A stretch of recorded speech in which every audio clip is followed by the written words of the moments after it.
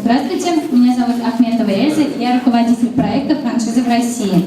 Наш проект создан для начинающих бизнесменов, которые не могут определиться с выбором франшизы.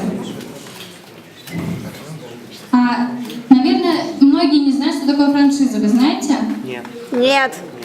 Франшиза – это покупка права на использование торговой марки либо бренда.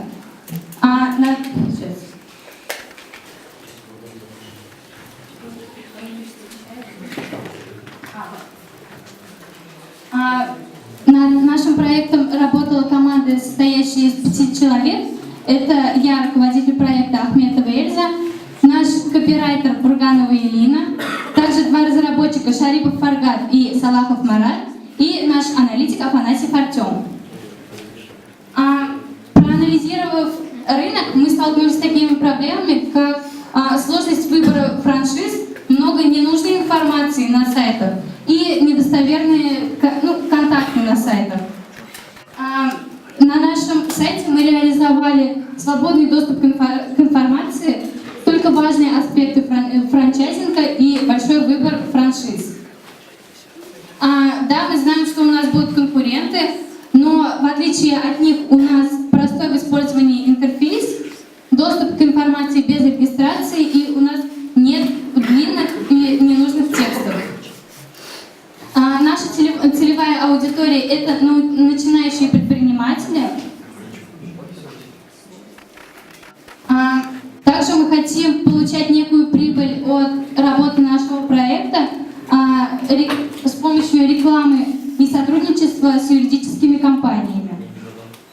В разработке нашего проекта мы использовали такие технологии, как PHP, CSS, HTML, JavaScript и MySQL. Также на нашем сайте присутствует поиск, голосование, и у нас разработана мобильная версия для планшетов и смартфонов. Сейчас перейдем непосредственно к сайту.